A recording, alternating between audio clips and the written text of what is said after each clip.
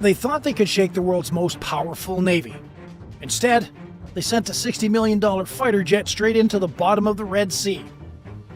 On April 28, 2025, during what was supposed to be a routine operation, an FA-18E Super Hornet was being towed across the deck of the USS Harry S. Truman. Moments later, it was gone, overboard, along with the towing vehicle. And all of it happened in the middle of a live threat scenario. Why? Because the Truman wasn't cruising peacefully, it was under attack. Iranian-backed Houthi rebels had launched drones and missiles toward the U.S. aircraft carrier. And as the crew scrambled to respond, changing course, moving fast, the combination of chaos, movement, and timing led to one of the most expensive single aircraft losses in recent naval history.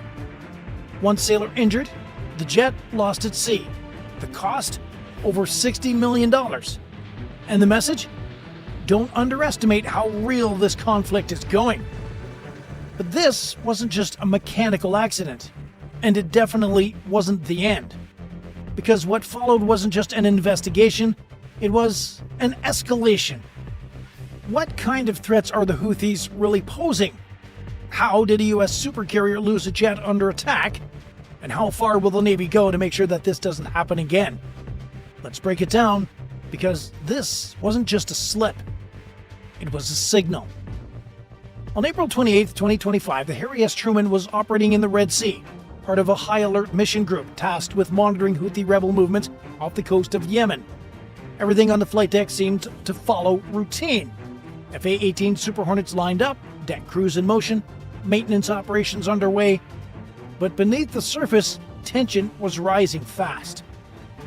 Earlier that morning, intelligence intercepted signals pointing to a possible attack. Drones, missiles. Something was coming. The ship's alert level was raised. Watchstanders in the Combat Information Center scanned for any irregularities. And then, it happened. Radar lit up. Multiple targets inbound. Fast, low, and hostile. The Houthi rebels had just launched a coordinated attack. Drones approached from different angles, some armed, some likely decoys. Defensive systems powered on. CIWS cannons began to spin. Aegis radars locked in. The carrier group snapped into action. That's when the chaos hit the deck. A deck crew had been towing an FA-18 Super Hornet, a $60 million jet across the flight deck using a heavy-duty tractor. The towing operation was mid-route when the Truman began executing rapid maneuvering protocols to evade the incoming threats. The ship swerved, cutting through waves with aggressive turns, and the jet and its tow rig never stood a chance. The sudden lateral force, combined with wet, pitching metal, caused the aircraft to break loose. The deck crew shouted, scrambled, but it was already too late. In less than 5 seconds, the 60,000-pound aircraft slid, tipped, and disappeared off the edge of the flight deck. The tow tractor went with it. A sailor working near the towing point was injured in the commotion, and later reported to have suffered only minor injuries. But the aircraft? Gone. Sunk. Somewhere beneath the Red Sea, resting on the ocean floor. Initial Navy statements call it a non-combat accident, a technical phrase that simply means no weapons were directly involved. But insiders knew better. This wasn't bad luck. It was the result of a live combat situation unfolding in real time. The Truman didn't lose a jet on a sunny training day. It lost a jet during a live drone and missile attack from Iranian-backed insurgents. CNN later reported that the evasive maneuvering was in response to multiple Houthi launch signals. Sources confirmed to the U.S. Naval Institute that the attack was genuine and very close. And here's the part that matters the most. The Truman didn't even stop operations. The flight deck crews kept launching aircraft. Strike groups responded. Systems remained locked on potential threats. Because when you're floating in hostile waters with 5,000 lives on board, hesitation isn't an option. It was a rare moment. A multi-million-dollar jet lost not in battle, but because the battle was happening around it. Fast, unexpected, real. And the Houthis? They didn't just cost the US a jet. They escalated something far bigger. The USS Harry S. Truman wasn't in the Red Sea by accident. By April 2025, the carrier strike group centered around the Truman had been redeployed to the region in response to the escalating Houthi attacks on commercial shipping lanes, U.S. surveillance drones, and Allied naval vessels. The Red Sea, once a highway for international trade, had become a hot zone, and the U.S. Navy was now right in the middle of it. Just weeks before this incident, Houthi rebels had claimed responsibility for downing at least 7 U.S. MQ-9 Reaper drones, each worth around $26 million. These weren't accidents. The Houthis had begun targeting anything associated with American intelligence or force projection in the region. The message was clear: they wanted the U.S. forces out. But Washington had no intention of leaving. The Truman was deployed as a forward deterrent, a mobile airbase capable of launching strikes, defending maritime traffic, and responding instantly to threats. Its presence was also symbolic. A 100,000-ton supercarrier just doesn't show up quietly. It signals dominance, and it's backed by destroyers, cruisers, submarines, and hundreds of aircraft. This mission was part of a larger U.S. operation known officially as Operation Rough Rider, aimed at pressuring Houthi capabilities through sustained airstrikes and naval blockades. In that role, the Truman launched dozens of sorties per day against radar sites, weapons depots, and suspected command centers inside Yemen. The tempo was relentless. But with visibility came vulnerability. The Houthi rebels, heavily supported with Iranian weapons and tech, began focusing more of their attention on high-value naval assets, including the Truman. Intelligence reports and defense insiders confirmed that the Houthis were experimenting with multi-axis attacks, combining drone swarms with ballistic missile launches in an attempt to overwhelm even the advanced defense system. That's what the Truman was dealing with on April 28th. It wasn't just another day at sea, it was a front line. And when a carrier strike group has to shift formation under fire, anything unsecured becomes a liability, even a $60 million fighter jet being towed across the deck. So when the Truman executed evasive maneuvers that day, it wasn't just reacting to radar signals, it was responding to a real and evolving threat. To understand how a $60 million fighter jet ended up at the bottom of the Red Sea, you need to understand who forced that situation: the Houthis. Shooting down drones, hitting tankers, or attacking an aircraft carrier, even symbolically, gives the Houthis massive credibility among their supporters and global attention. And that's where the USS Harry S. Truman enters the picture. The carrier was not just a target of opportunity, it was the symbol of U.S. military power in the region. On April 28th, when the Houthis launched drones and missiles toward the Truman, it wasn't a random strike, it was deliberate. A chance to make headlines, a chance to say, "We can reach you." It didn't matter that none of the projectiles made direct impact. The attack forced a real-time response, maneuvers, chaos, and during that chaos, the Super Hornet was lost. So when people ask why the Houthis would provoke a global superpower, the answer is simple. Because to them, even forcing the US Navy to react, even making it bleed equipment, is a form of victory. And every drone launched, every missile fired, is another shot in that propaganda war. The US Navy doesn't take losses lightly, especially when not one of its fighter jets ends up on the ocean floor during a live enemy attack. In the hours following the April 28th incident, the atmosphere aboard the USS Harry S. Truman shifted, not just to defense, but to retaliation. While the Navy officially called the loss of the FA-18E Super Hornet a non-combat incident, insiders knew better. This was the result of a hostile action, and that meant a response was coming fast. What most of the world didn't see was what happened behind the scenes. Satellite imagery, drone surveillance, and radar telemetry had already identified the launch zones of the Houthi drones and missiles, scattered across western Yemen.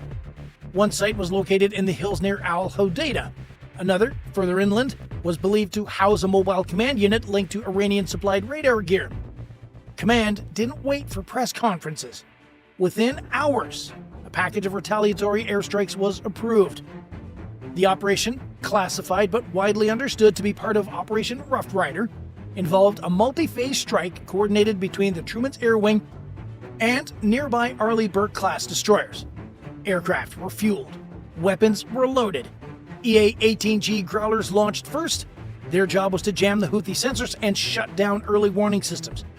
Seconds later, the first wave of FA-18 Super Hornets screamed off the flight deck, fully armed with JDAMs and HARM missiles. Their targets? A mobile radar unit hidden near the coast, a drone launch facility linked to previous Red Sea attacks, and a suspected command bunker coordinating strikes on U.S. assets.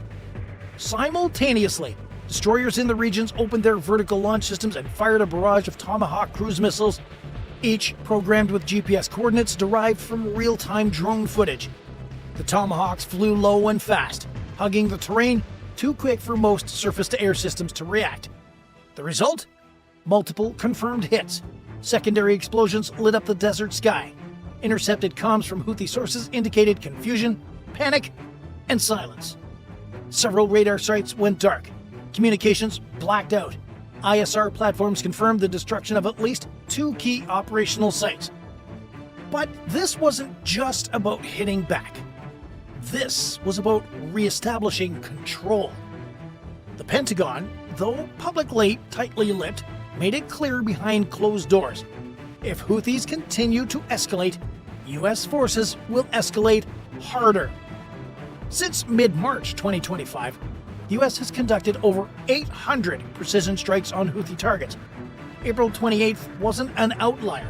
It was part of a larger campaign to suppress their expanding capabilities. And while most of those strikes go unreported in mainstream media, they send a loud message in the region. If you shoot at the U.S. Navy, you won't like what comes next. Still, the stakes are high. Every U.S. strike risks further entanglement in Yemen's civil war. Every retaliatory hit draws condemnation from some corners of the international community. But for the Navy, the mission remains clear. Keep the shipping lanes open, protect Allied forces, and respond to threats fast. So yes, a fighter jet fell into the Red Sea, but it didn't end there. It triggered another link in the chain reaction that's been unfolding for months. A low-grade shadow war stretching from the desert hills of Yemen to the steel decks of American supercarriers. And the Houthis? They fired. But they forgot one thing. The US doesn't always respond with words. Sometimes the answer comes at 500 knots, with afterburners and a lock-on tone. The Red Sea isn't just another patch of water. It's one of the most critical maritime choke points on the planet. Roughly 10% of all global trade flows through this region. Oil tankers, container ships, military convoys, all squeeze through the Bab el-Mandeb Strait, the narrow southern gateway between the Red Sea and the Gulf of Aden. If that route is disrupted, the consequences ripple across the globe. And now, that choke point has become a battlefield. The incident aboard the USS Harry S. Truman isn't just a footnote in naval history, it's a warning shot for the world. Because if a $60 million US fighter jet can be lost during evasive maneuvers caused by a rebel drone and a missile assault, imagine what happens to commercial shipping without those same defenses. Houthi attacks are no longer random. They are calculated, coordinated, and increasingly bold. Their growing arsenal, fueled by Iranian supply lines, includes anti-ship missiles, loitering drones, and GPS-guided rockets. These aren't homemade launchers anymore. This is serious hardware, and it's changing how the U.S. Navy operates in the region. To protect freedom of navigation, the U.S. is now committing more firepower, more ISR assets, and more deterrence capability to the Red Sea than it has in years. Carrier strike groups like Truman's aren't just symbolic, they're essential. But there's a cost. With every escalation, the risk of a wider conflict grows. A miscalculated strike, a drone that hits the wrong ship, a misidentified target, any of these could draw more nations into direct confrontation. That's the razor's edge the world is now balancing on. So, when a fighter jet falls into the sea because of a rebel missile threat, it's not just an isolated loss, It's a signal.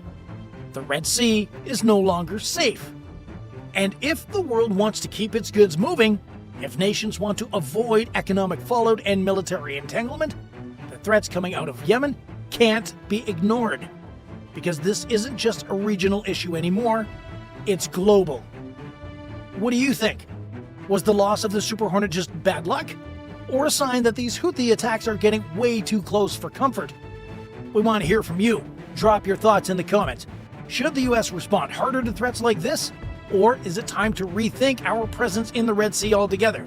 Let's open it up and start the conversation below. And hey, if you love real military stories, carrier ops, and unfiltered breakdowns from the front lines, subscribe to the channel. Hit that like button to support the mission and share your take in the comments. And most importantly, join the fleet, because this isn't just a channel, it's a crew. The loss of the FA-18E Super Hornet from the USS Harry S. Truman wasn't just a fluke, it was a warning of how thin the line is between controlled operations and combat chaos. And while the aircraft slipped beneath the surface, the message left behind couldn't be clearer. The US Navy is being tested by drones, by missiles, by shadow tactics backed by Iranian weapons. And every time they're tested, they respond. We've already seen what that looks like: retaliatory airstrikes, tomahawks in the sky, and enemy launch sites reduced to silence. But what we haven't seen yet is how far this will go. Because this isn't just about one jet. It's about keeping the Red Sea open, keeping American forces protected, and making sure that the next attack doesn't cost something even greater. So now another question turns to you.